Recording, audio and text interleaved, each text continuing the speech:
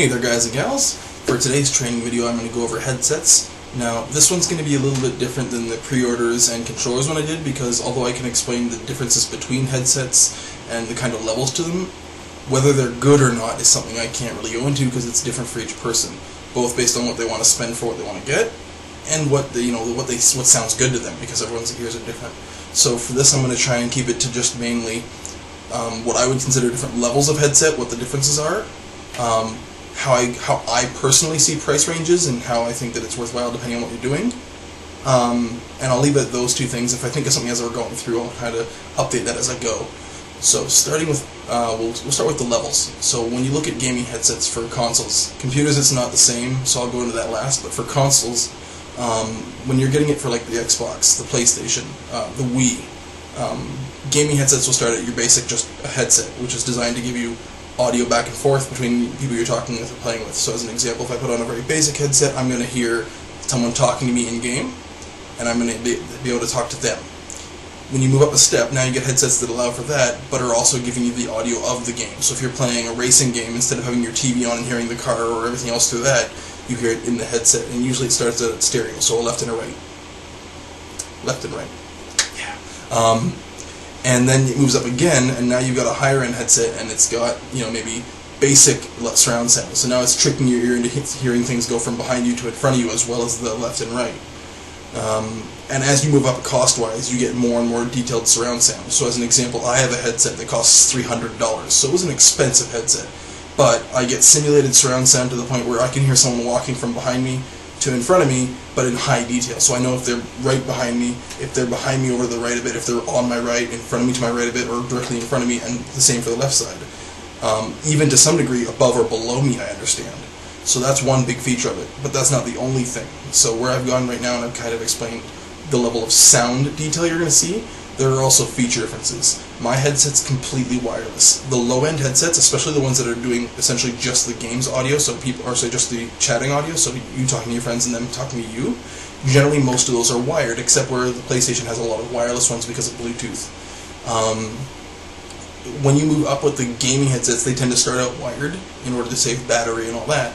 And then you move into wireless ones that run on batteries, and wireless ones with their own battery pack, which is where mine is. So mine has a battery pack built in that recharges.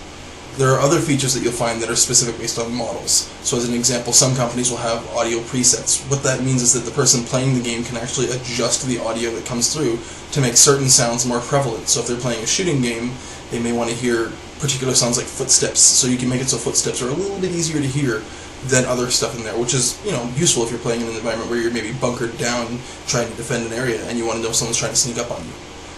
Other features are Bluetooth enabled. So as an example, my headset has Bluetooth. I can actually link my headset that's for games to my phone or other Bluetooth enabled devices and run media that way. So I could be playing a game and someone calls me. Normally if you're wearing one of these headsets, you don't tend to hear anything else around you. Now my headset will mute the sound from the game and put my call through so I can answer that and keep going. Some will have adjustable mics, the boom actually, so that way you can move it out of your way if you need to use something the way maybe you're eating. I know for me, because I like games so much, sometimes I tend to be making food and talking to my friends, but when I'm actually eating, I'll move the mic out of the way so they're not listening to me eat, but also so I don't get pizza or something on the mic. So that's a nice little feature. Some of them even have a removable one, so when you use it just for music as an example, it's not in the way and you're not like or moving the thing up and leaning it out of the way. Other than that, there are sometimes key features specific to headsets. Some of them are getting into this whole, fancy designer headsets where now you have like cups that you can take off and change them so you can have a different theme for your headset. I think it's neat. Am I going to pay more for it? Probably not. If it happens to be a feature on a headset I want, then cool. But I'm not going to buy a headset for the sake of putting these little things on the side. However, younger kids that are, looking at wanting to have the coolest thing out there, that may be a big mark factor if they know about it. If they don't know about it, it's probably not a huge issue because they'll look for that. But once they know it's out there, if their friends are into it, then they may get into it. Which is something that I'm going to go into with other stuff as well down the road in my teach-outs. As for computer headsets, they're a little bit more, I'd like to say, straightforward. Generally, they're going to use USB and then either a headphone jack or two, where one runs the actual mic and one runs the headphones receiving audio. Then in that case, the USB is for power. I'd like to say they're more straightforward, just because you don't have to worry about them being compatible with one or more computers. If you've got a relatively new computer, pretty much any computer headset will work. Whereas with gaming headsets, if it's not for your system, it may not work at all. If you buy an Xbox headset, it may work with the PlayStation, but likely not unless you're buying one of the expensive ones, and the same thing for the PlayStation, although they are slightly more compatible.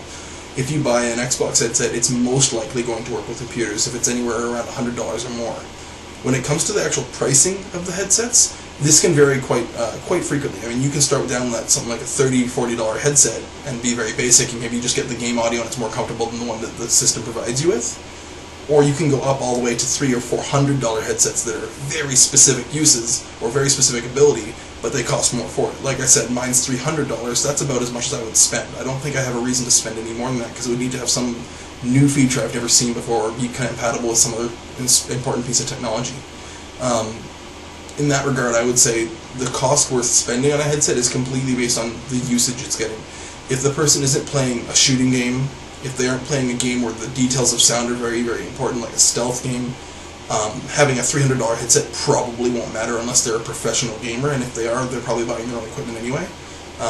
If they're playing racing games, yeah, it's nice to have the headset, but I would say really $100, maybe getting a wireless one if you have pets or young kids that are walking by, or younger kids that are walking by, that's about as much as the average person will spend.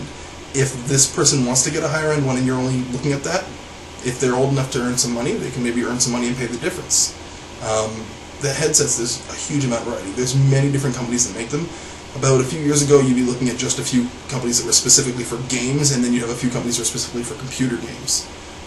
Nowadays, we're seeing a lot of other companies get in there. So as an example, Sennheiser, which is a really big company for headphones for like TV and music, are now getting into gaming headphones. You have other companies like, what was the name of that company? Polk Audio, which is well known for its speakers, is now getting a gaming headset for the Xbox 360 or Xbox One, and I'm sure for the PlayStation 3 and 4. So we're seeing the gaming industry taking over more when it comes to being aware, or when it comes to the companies being aware of them. And that's why you're seeing these big companies that didn't do games before going into the foray of, like, we can make a gaming headset too because we're really good at sound. I don't think I've seen a headset from Bose specifically for gaming. However, depending on the system you're playing on, as an example, a computer, if you're playing a computer game that's not online, most Bose headsets will probably work just fine with it and allow you to get the game's audio. They may not give you surround sound, but it's going to give you very clear audio. Personal recommendations, I can't give you one. I have a Turtle Beach headset, which is one of the more well-known gaming-focused companies when it comes to headsets. Some people hate them, some people love them. I've had good and bad experiences with both Turtle Beach and other companies. So I would say, really, it comes down to what you want to spend for the features you're getting out of it. If it does what you want, it's in your price range, and you think it'll work, go with it. A lot of places will offer some sort of coverage on it, separate of the actual manufacturer. I think you get 90 days or a year from the manufacturer of a headset, depending on what they want to cover. If you get extra coverage from those companies that you're buying them from, it really depends. Usually it's up to you. If the person explaining it to you gives a good reasoning for it and you want to go with it, it's not an issue of cost, go with it. Extra protection is good. What I find is that the more you're using it, which makes sense, the sooner it's going to go. But that's even more so if you're using it on high-end games or heavy game usage.